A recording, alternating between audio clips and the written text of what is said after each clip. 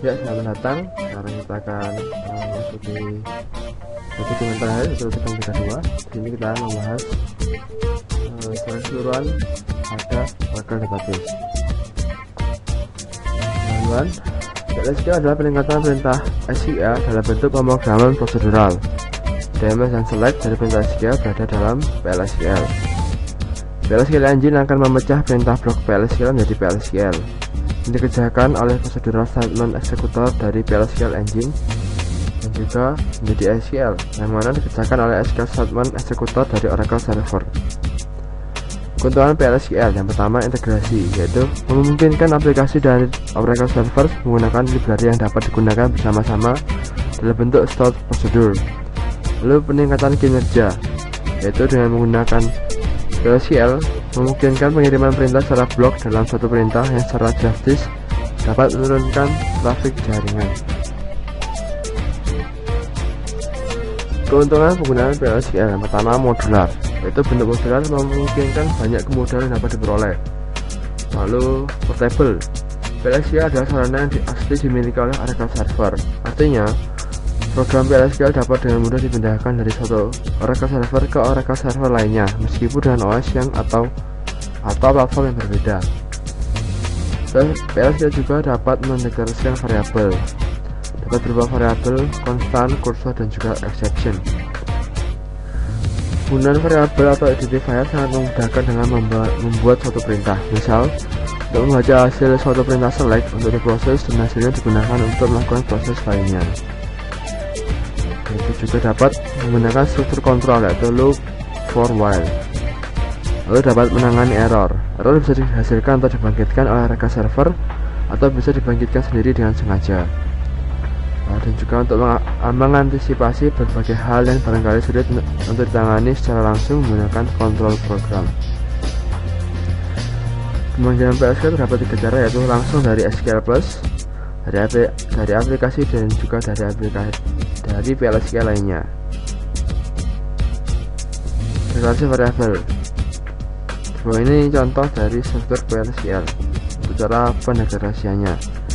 Declare pada variabel, begin, dan isinya SQL atau PLSQL, lalu exception dan juga end. Format deklarasi variabel yaitu pengenal, konstan, lalu tipenya.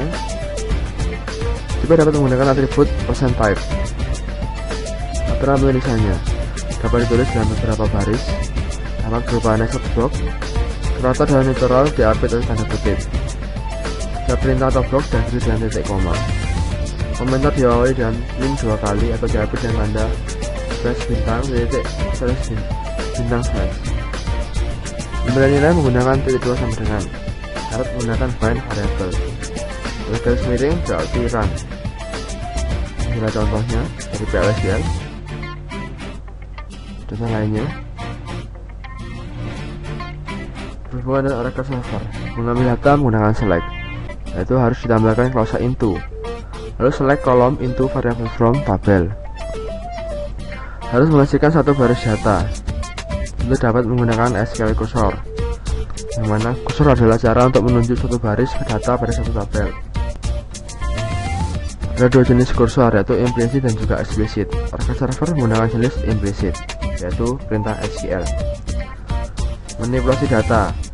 Semua perintah DML dan transaksi dapat digunakan, seperti insert, update, delete, lalu commit, dan juga rollback.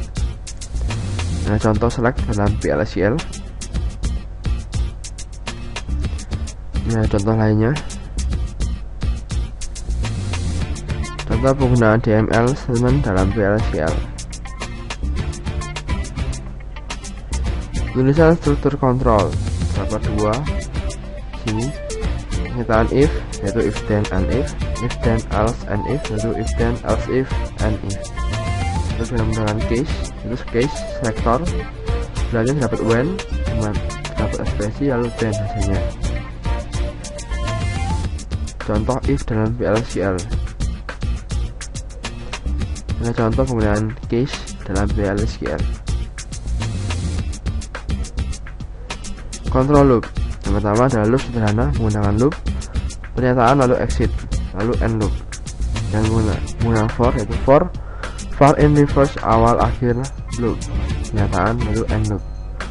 Kemudian while loop yaitu while kondisi loop, pernyataan lalu end loop. Contoh penggunaan for loop. Tipe data record. Record yaitu berupa variable name record. Ini bisa menggunakan atribut table colon, %type atau tabel %row type. Contoh, tipe pegawai is record. Nama Fajar, NIP Fajar, gaji IMP, sal %type.